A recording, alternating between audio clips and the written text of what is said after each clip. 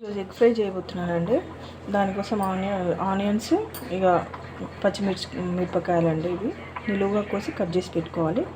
ఇందులో టమాటాలు వేయట్లేదు, నేను టమాటాలు వేయకుండా ఫ్రై చేస్తున్నాను. గిన్నె వేడైందండి, కొంచెం ఆయిల్ పోసుకున్నాం. వేడి దీంట్లోనే ఆనియన్స్ పచ్చిమిర్చి కట్ చేసుకున్నాం కదా, వేసుకున్నాం. కొద్దిసేపు ఆనియన్స్ పచ్చిమిర్చి మగ్గనిద్దాము.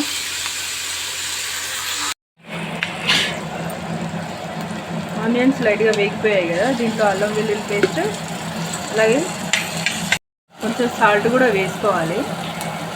ఇలా వేస్తే ఏంటంటే ఎగ్ స్మెల్ రాకుండా ఉంటుందంట, మా మదర్ చెప్పారు. నాకు తెలియదు ముందు.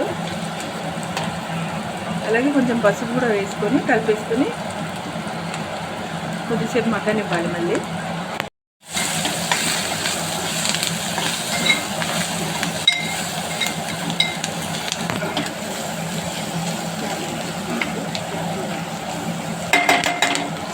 కలిపేసుకుని మూత పెట్టి మగ్గనిద్దాము.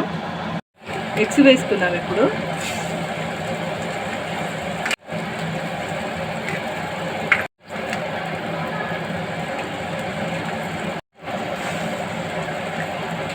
ఎగ్స్ అన్నీ వేసుకున్నాము కదా, కొంచెం లైట్గా కలిపేసి పెట్టేసుకున్నాము.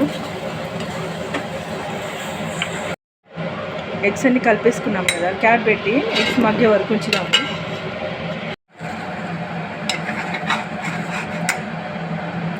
మధ్యలో ఒకసారి కలుపుకోండి ఎగ్ని, లేదంటే అడగంటిపోతుంది.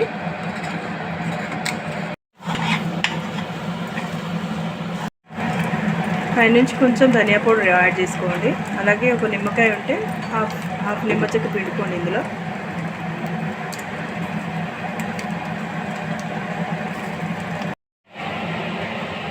ఇంతే అండి ఎగ్ కర్రీ ప్రాసెస్. టమాటాస్ వేయలేదు దీంట్లో, టమాటాస్ వేయకుండానే చేశాను. ఎమ్మి ఎగ్ కర్రీ రెడీ అయిపోయింది.